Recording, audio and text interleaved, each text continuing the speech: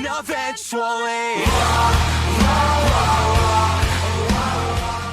오늘 하나님께서 우리에게 주신 말씀은 디모데전서 6장 11절부터 12절 말씀입니다. 이수정 자매님 성경 봉독해 주시겠습니다.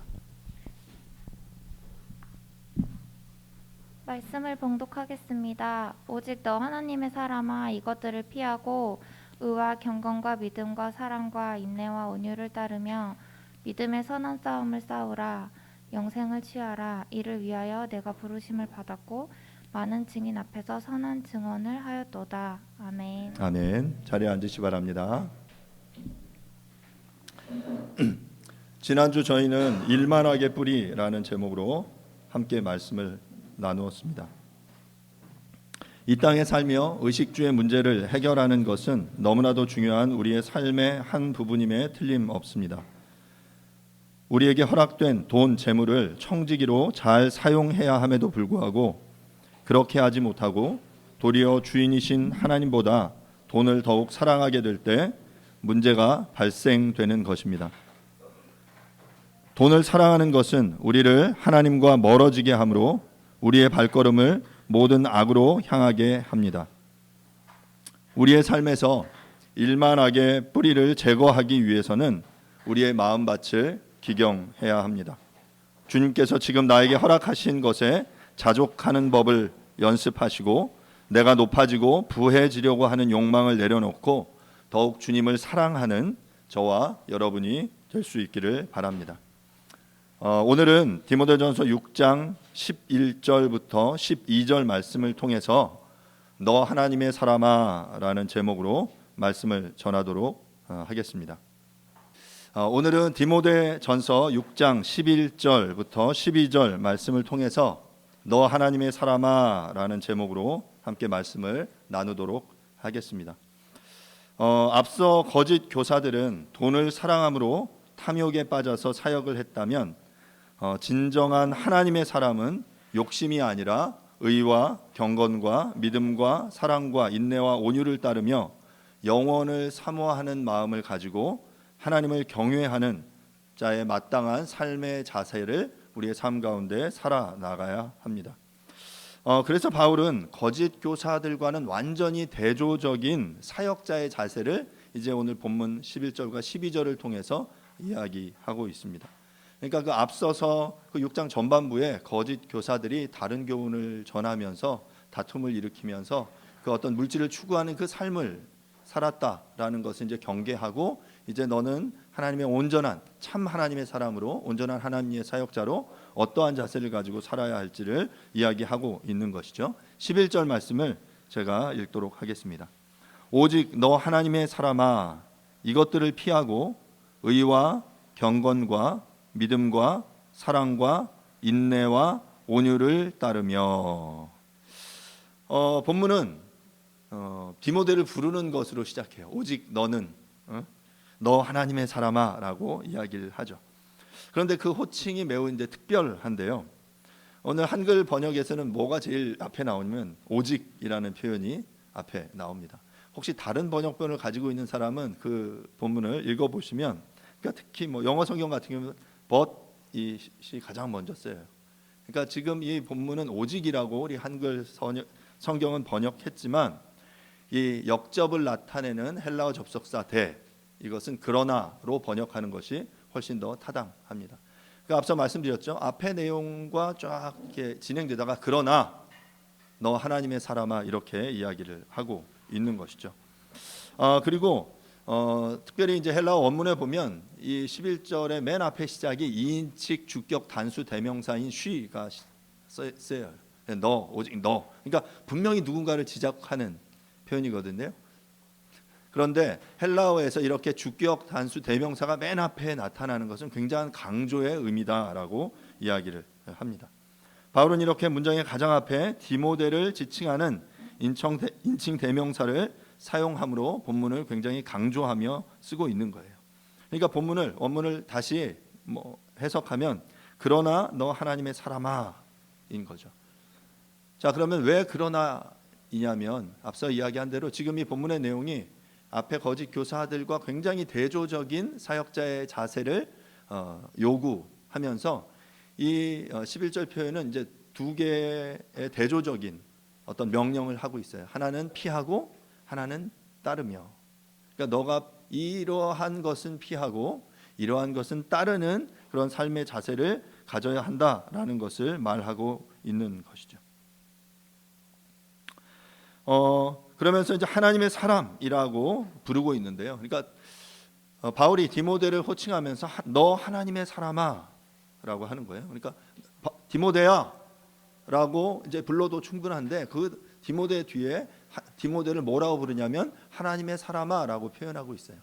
이 하나님의 사람이다라는 이 표현은 여러분 그 주보에 제가 요 부분을 조금 기록해 놨는데 보시면 신약에 2번 사용되는 표현입니다. 안드로페 데우라는 표현인데요. 안드로페 이것은 이제 사람이라는 표현이고요. 데우는 데오스 하나님의 그러니까 하나님의 사람이라는 표현이에요. 신약에는 2번 사용됩니다. 이후에 디모데후서 3장 17절에서 한 번 더 사용되는 굉장히 독특한 표현이에요. 그러니까 신약에서는 잘 사용되지 않는 표현인데 그런데 의외로 구약에서는 이 표현이 굉장히 많이 사용되고 있어요. 누구에게 사용되냐면 모세, 사무엘, 다윗, 선지자 스마야, 엘리야, 엘리사, 레갑 사람 하난, 익명의 3명의 선지자들을 호칭하는데 이 하나님의 사람아라는 표현이 이미 구약에서 사용이 되었던 것이죠.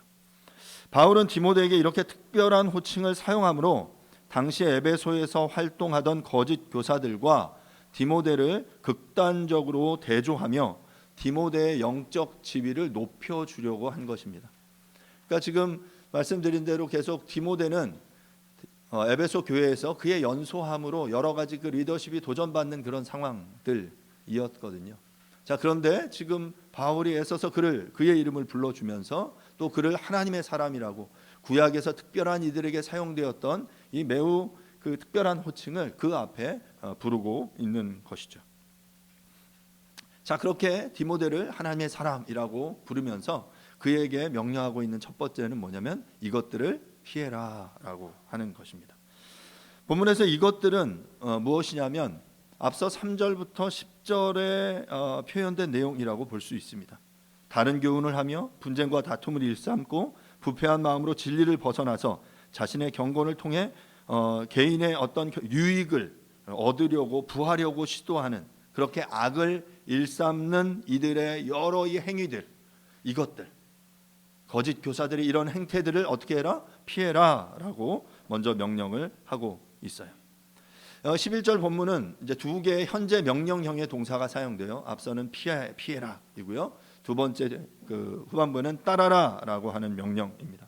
모두 다 이 대조적인 두 명령형의 표현을 통해서 거짓 교사와 하나님의 사람을 매우 극단적으로 대조하고 있는 것입니다.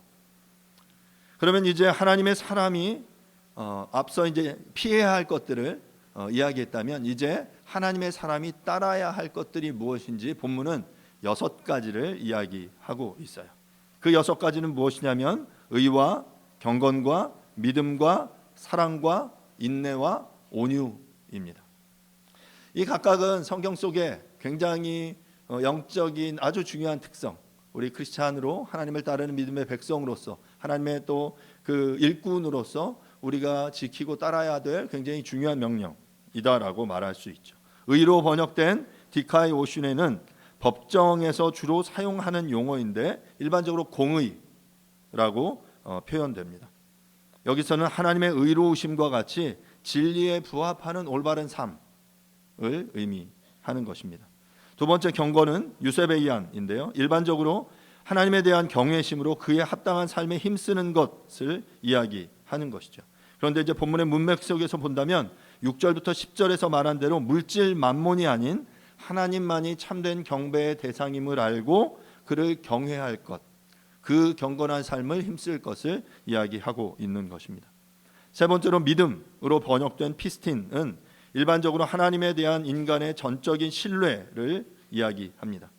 여기서는 일반적으로 믿음은 하나님과의 관계에서의 그 믿음, 하나님과의 관계를 의미하지만 이 대인관계, 사람들과의 관계에 있어서도 신실함, 정직성을 의미하는 그 표현을 본문은 내포하고 있다라고 볼 수 있습니다. 네 번째로 사랑으로 번역된 아가페는 일반적으로 하나님께서 인간을 위해 당신의 독생자를 보내주신 무조건적인 사랑을 뜻하며 동시에 이러한 신적 사랑에 대한 인간의 모방으로서 인간이 인간을 향한 희생적인 사랑을 의미하는 것이죠. 또한 다섯 번째 인내라고 말하는데요. 인내로 번역된 휘포모네라는 표현은 뭐뭐 아래를 의미하는 휘포라는 전치사와 머물다라는 의미의 메노의 합성어인데요. 그러니까 뭐뭐 아래에 머무는 것이죠. 인생의 어떠한 불행이나 고난, 역경에도 불구하고 우리가 도망가지 않고 그것을 회피하지 않고 그 자신에 머물러서 그것 아래 머물러서 그것을 견뎌내는 것, 그것을 성경은 인내다라고 말하고 있는 것입니다. 마지막 여섯 번째로 온유로 번역된 프라우파디안이라는 표현은 프라우스, 온유한, 친절한, 겸손함을 의미하는 이 표현과 겪다, 경험하다, 고생하다라는 의미를 가진 동사 파스코의 합성어인 프라우파디아라는 표현인데요. 이것은 인내와 유사한 의미를 지니고 있는데 인내가 힘든 상황을 참아내는 것이라면 온유는 더 나아가서 자신에게 어려움을 가져다 두는 사람에게 적대감을 가지지 않고 오히려 사랑으로 대하는 마음과 태도를 의미하는 것입니다. 그러니까 인내는 참는 것이에요. 약간은 소극적이다라고 말할 수 있는데 온유는 참으면서 나를 대적하고 나를 미워하는 그들을 사랑으로 품어내는 그것을 온유다라고 말하는 것이죠. 이렇게 바울은 6가지 거룩한 신앙의 덕목 특성들을 이야기하고 있는데요. 이것을 너 하나님의 사람아라고 부르면서 이것들을 따를 것을 디모데에게 명령했습니다. 하지만 저는 이 말씀이 단지 디모데나 사역자들에게만 요구되어지는 것이 아니라 하나님의 부르심을 받은 우리 하나님의 사람들 모두에게 마땅히 요구되어지는 것이다라고 생각됩니다. 사랑하는 여러분, 디모데만이 아니라 우리 모두는 하나님의 사람들입니다. 의와 경건과 믿음과 사랑과 인내와 온유를 따르는 저와 여러분들이 될 수 있기를 간절히 바랍니다. 이제 12절입니다. 믿음의 선한 싸움을 싸우라. 영생을 취하라. 이를 위하여 내가 부르심을 받았고 많은 증인 앞에서 선한 증언을 하였도다. 앞서 11절에서 첫 번째 명령으로 피해야 할 것과 따라야 할 것을 이야기했어요. 이것이 하나님의 사람이 지켜야 할 그 명령이에요. 12절 본문은 이제 2가지 명령을 더 하고 있는데요. 그 두 번째는 믿음의 선한 싸움을 싸우라라고 하는 것입니다. 너 하나님의 사람들은 마땅히 이 땅 가운데서 하나님의 모습을 닮아내는 그 따르는 삶뿐만 아니라 이 땅 가운데 믿음의 선한 싸움을 싸워야만 합니다. 싸우라고 번역된 이 아고니주라는 표현은 싸우다, 힘쓰다라는 아고니조마이의 현재 명령형이에요. 이것도 현재 명령형이거든요. 그러니까 단순히 그때만이 현재 계속해서 싸워내는 것, 싸우라고 강력하게 권고하는 그런 표현이다라는 것이죠. 이 표현, 이 싸우라는 표현은 주로 어디에 사용됐냐면 전쟁이나 운동 경기에 사용되었어요. 디모데후서 4장 7절에 이렇게 말하는데요. 나는 선한 싸움을 싸우고 나의 달려갈 길을 마치고 믿음을 지켰으니. 디모데후서는 어떤 책이냐면 디모데에게 보낸 그의 마지막 서신, 그의 유언장과도 같은 그러한 메시지입니다. 바울은 이렇게 내가 인생의 삶을 통해 내 선한 싸움을 다 싸웠다. 그리고 그 길을 마쳤다. 그러면서 이제 마지막 그 자신의 죽음 이후의 삶을 바라보면서 그에게 권고하고 있는 것이죠. 바울은 이 싸우다라는 의미 속에 목숨을 건 전투나 승리를 위하여 최선을 다하는 운동 경기라는 중의적인 의미를 모두 다 우리에게 말해주고 있는 거예요. 저는 운동 경기를 되게 좋아합니다. 하는 것도 좋아하고 보는 것도 좋아하죠. 특별히 여러 가지 운동 경기 속에서 최선을 다하는 선수들의 모습은 우리에게 깊은 감동을 줍니다. 여러분 혹시 그 운동 경기 속에 여러분이 감동받았던 어떤 기억나는 경기들이 있으신가요? 제가 어제 막 이 생각을 하면서 막 찾아봤어요. 그래서 2002년 월드컵 때 어떤 일이 있었나 찾아봤습니다. 여러분 아마 2002년 월드컵 뭐 여러 가지 포인트를 기억하시겠지만 제가 이 선한 싸움을 싸우다라는 표현 속에서 기억나는 두 가지 사건이 있었습니다. 첫 번째는 이탈리아 경기에서 김태형은 코뼈가 내려앉는 부상을 입습니다. 그리고 하지만 그가 코뼈가 내려앉는 부상을 입었음에도 빨간색 붉은 마스크를 쓰고 얼굴에 차고 또다시 그라운드에 서서 싸웠습니다. 그리고 이후에 미국전에서 황선홍은 상대방 선수와 또 부딪혀서 그 얼굴 이쪽 눈썹 위가 심하게 찢어졌어요. 그래서 막 그 피가 엄청나게 났는데 그는 그 머리에 압박 붕대를 하고 경기장에서 노장 투혼을 발휘했었습니다. 그러한 모습을 보면서 막 가슴이 막 뭉클하죠. 이번 2022년 손흥민도 소속팀 토트넘에서 챔피언스리그 마르세유와 경기에서 상대방과 부딪혀서 안화골절 부상을 당했어요. 그러니까 눈의 뼈가 이렇게 깨지는 부서지는 아주 심각한 부상을 입었습니다. 그렇게 부상을 겪고 그 얼굴이 이제 막 부은 상태로 경기장에서 나갔는데 결국 이제 몇 주 후에 수술을 했죠. 수술을 하면서 사람들의 다 초미의 관심사는 손흥민이 과연 월드컵에 한국 대표 주장으로 뛸 수 있을까였어요. 그런데 여러분 잘 아시는 대로 손흥민은 그 골절 부상에도 불구하고 재활을 통해 앞면에 그 마스크를 쓰고 그는 월드컵 경기에 참여했어요. 최선을 다해 싸웠습니다. 이러한 모습을 보면서 막 가슴이 뜨거워지죠. 저만 뜨거워지나요? 2007년 저도 학복협에서 주관하는 간사 축구 시합에 참여했었습니다. 제가 저희 선교단체 대표 공격수로 참여를 했어요. 그때 CCC와의 경기에서 그 예선전이었는데 CCC와의 경기에서 제가 상대방 수비수의 그 발에 이렇게 얼굴을 차였어요. 그래서 어떻게 됐냐면 그 눈을 차여서 눈이 심하게 다치는 부상을 입었습니다. 그 눈의 심각한 부상에 불구하고 끝까지 뛰어서 그 승리를 거뒀고 예선을 통과해서 우리 조이가 2년 연속 학복협 리그 우승 트로피를 들어 올렸죠. 근데 문제는 2007년 그 당시 제가 결혼식을 몇 달 앞두고 있었다는 거예요. 다행히 그 결혼식 그 예비 사진은 찍었고 이제 그 다음 결혼식을 준비하는 그 과정으로 기억이 되는데 그때 갑자기 이제 그날은 그 얼굴을 차여서 이제 눈이 다쳤 그래 그런가 보다 했는데 경기가 끝나고 점점 눈이 막 피가 이렇게 터지면서 눈이 여러분 아마 여러분 그런 눈 보기 힘드실 거예요. 눈 전체가 엄청 이제 붉은색으로 완전히 빨개졌어요. 그리고 나서 제가 그 주일날인가 교회에서 예배를 드리는데 앞에서 찬양 인도하고 설교를 해야 되는데 그 빨간 눈 막 레이저가 막 나갈 것 같아요. 그래서 이걸 이렇게 하고 앞에 설 수가 없어서 어떻게 해야 되나 이렇게 하고 서야 되나 아니면 해야 되나 고민을 하다가 제가 선글라스를 쓰고 앞에서 찬양 인도를 했어요. 그래서 막 그 성도님들이 막 웅성웅성대고 대체 왜 저러냐. 그리고 토요일 날은 또 뭐 결혼식도 하나 있었는데 결혼식장에 선글라스를 쓰고 갔죠. 그랬더니 막 모르는 사람들은 와 우리 김호 간사님이 멋있어졌다 그러는 이야기를 했는데 그리고 나서 이제 눈이 붉게 부상을 당했다가 한참 좀 지나서 다행히 결혼식 전에 회복이 됐어요. 최선을 다하는 그 모습은 그 주변에 함께 경기하는 이들에게 힘을 불어넣죠. 열심히 우리도 함께 싸워야 한다. 이 경기를 최선을 다해 함께 뛰어야 한다라는 그 파이팅을 그들에게 불러 일으켜 줍니다.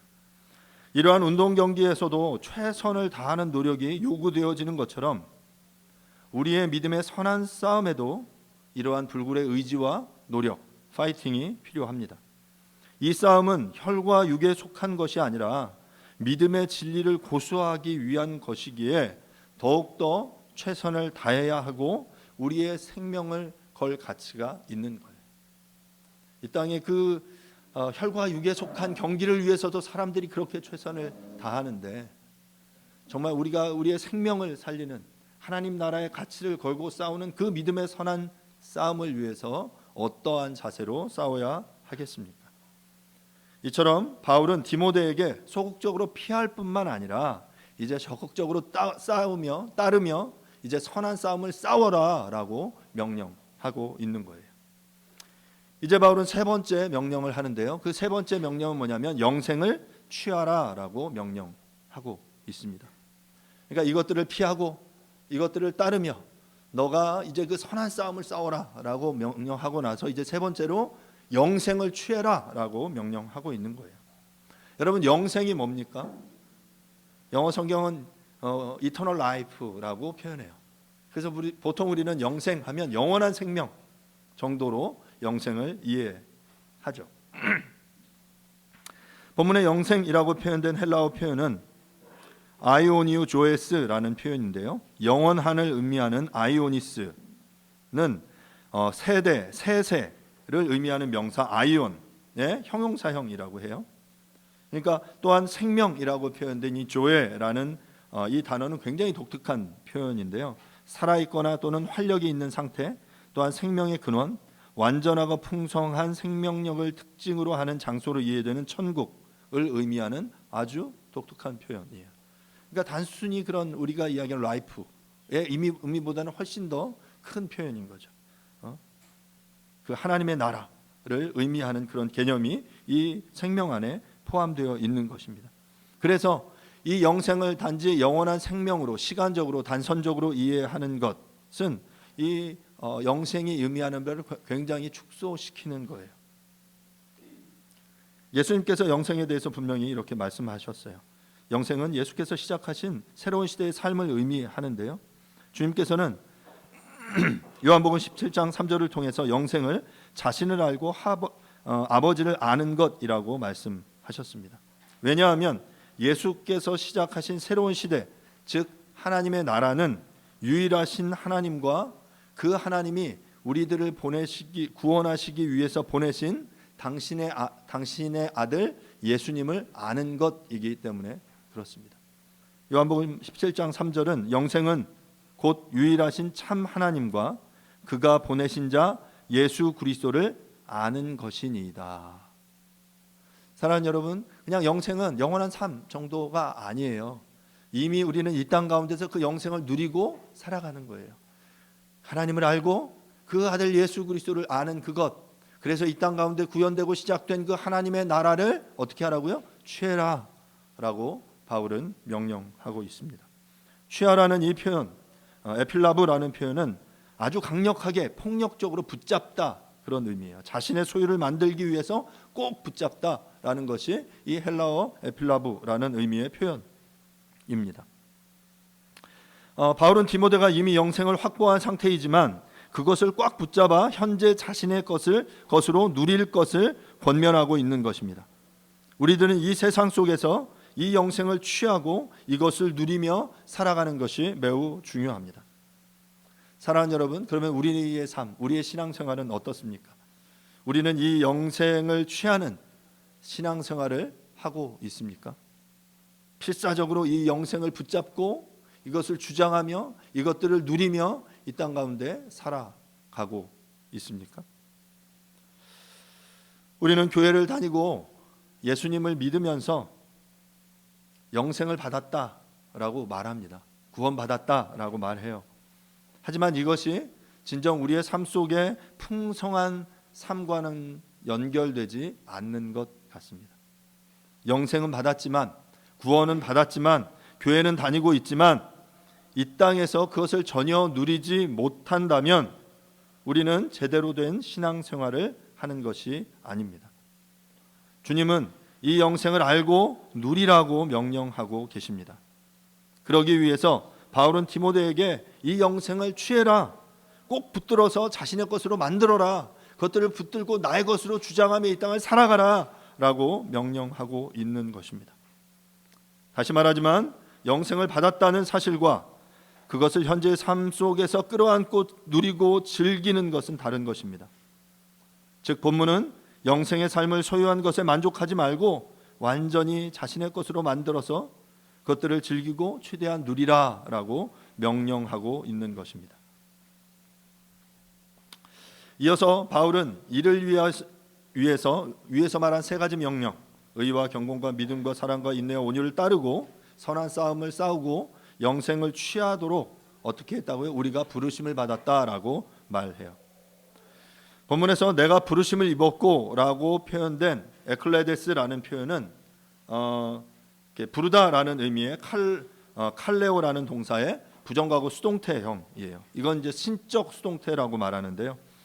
그러니까 하나님께서 디모데를 일방적으로 그분의 의지로 부르신 거예요. 불러내신 거죠. 그러니까 디모데가 자신의 의지로 하나님 앞에 나아간 것이 아니라 하나님의 주권적인 부르심에 의해 부름을 받았다라는 것입니다. 이것을 무엇이라고 부르냐면 소명이라고 불러요. 우리의 삶 가운데 이런 1차 소명, 2차 소명이 있다라고 말하는데요. 보통 1차 소명은 회심, 구원으로의 부르심이라면 2차 소명은 사역으로의 사역자로서의 하나님의 일로서의 부름을 의미합니다.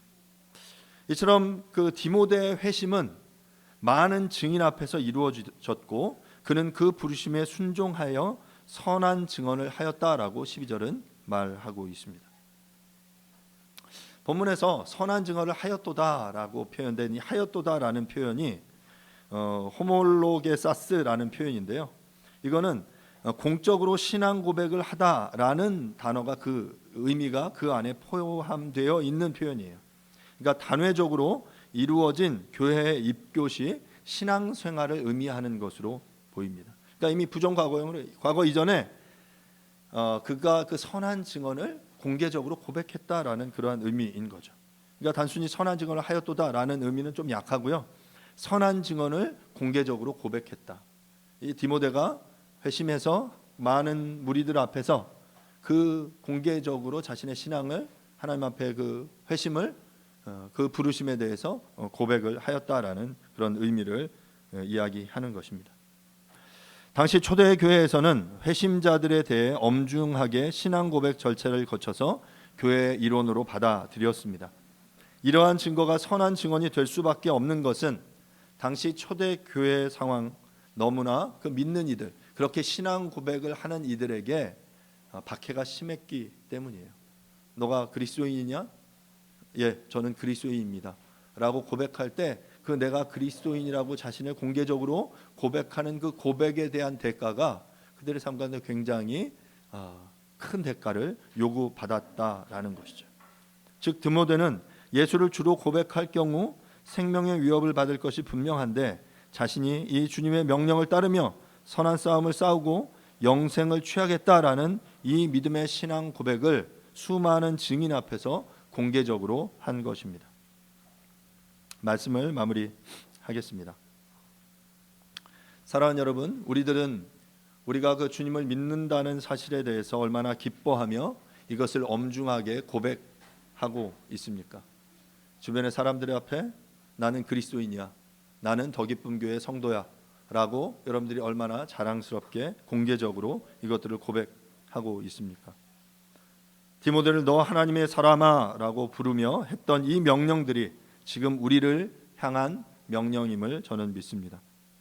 우리들도 다른 교훈 다툼을 일으키며 돈을 사랑하는 것이 가장 중요한 것이다 라는 이 시대의 이런 잘못된 가르침을 피하고 의와 경건과 믿음과 사랑과 인내와 온유를 따르며 믿음의 선한 싸움을 싸워내고 영생을 취하여 이 땅 가운데 그 하나님의 나라 영생을 풍성히 누리는 우리의 신앙생활이 될 수 있기를 간절히 바랍니다.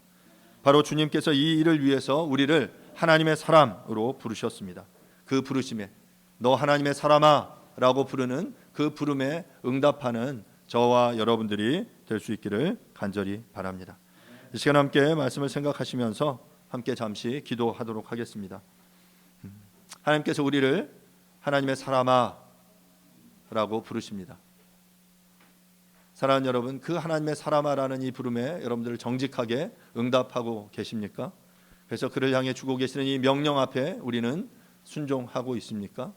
이런 것들을 피하고 이런 것들을 따르며 선한 싸움을 싸우고 영생을 취해라. 그 믿음의 증언을 사람들에게 공개적으로 고백해라라고 하는 이 명령을 우리가 우리의 삶 가운데 순종해 낼 수 있기를 간절히 바랍니다. 이 시간 말씀을 생각하시면서 잠시 조용하게 기도하도록 하겠습니다. 기도하겠습니다. 하나님 아버지, 은혜를 감사합니다. 주의 말씀을 주여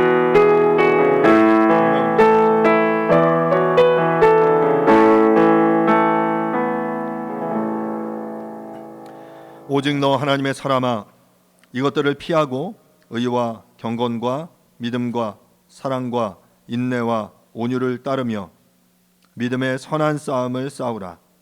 영생을 취하라. 이를 위하여 내가 부르심을 받았고 많은 증인 앞에서 선한 증언을 하였도다. 하나님 아버지, 은혜를 감사합니다. 바울이 디모데를 너 하나님의 사람아 라고 부르며 명령하였던 이 명령이 지금 이 땅 가운데 하나님의 백성으로 하나님의 사람으로 살아내기를 소원하는 우리 모두에게 주시는 명령 음성임을 우리가 듣습니다. 주님, 우리가 마땅히 피해야 할 것들을 피하게 하시고 따라야 할 것들을 따르게 하시며 온전히 그 믿음의 선한 싸움을 싸워내고 이 땅 가운데 영생을, 그 하나님의 나라를 취하며 살아내는 우리 모두가 되어지도록 축복하여 주시옵소서. 그래서 내가 하나님의 사람임을 그 많은 무리들 앞에서 그 부르심을 증언하며 살아가는 우리 모두가 되어질 수 있도록 하나님 축복하여 주시옵소서. 주님, 우리를 불러주셔서 감사합니다. 하나님의 사람으로 우리가 살아내겠습니다. 예수님의 이름으로 기도합니다. 아멘. 교리문답 함께 보겠습니다. 11번 문항입니다. 하나님은 6번째 계명, 7번째 계명, 8번째 계명에서 무엇을 명하십니까? 하나님은 6째 계명에서 이웃을 해하거나 미워하거나 적대시하지 말고 인내하며 화목하고 원수일지라도 사랑하라고 명하셨습니다. 7째 계명에서는 성적 부도덕을 삼가며 정결하고 신실하게 살며 결혼을 했든 하지 않았든 행동과 시각, 말, 생각, 욕망 등에서 음란함으로 이끄는 것은 무엇이든 피하라고 명하셨습니다. 8째 계명에서는 다른 사람의 소유물을 허락 없이 가져가지 말며 우리가 누릴 수 있는 유익을 다른 사람에게 내어주라고 명하셨습니다. 아멘. Happen eventually.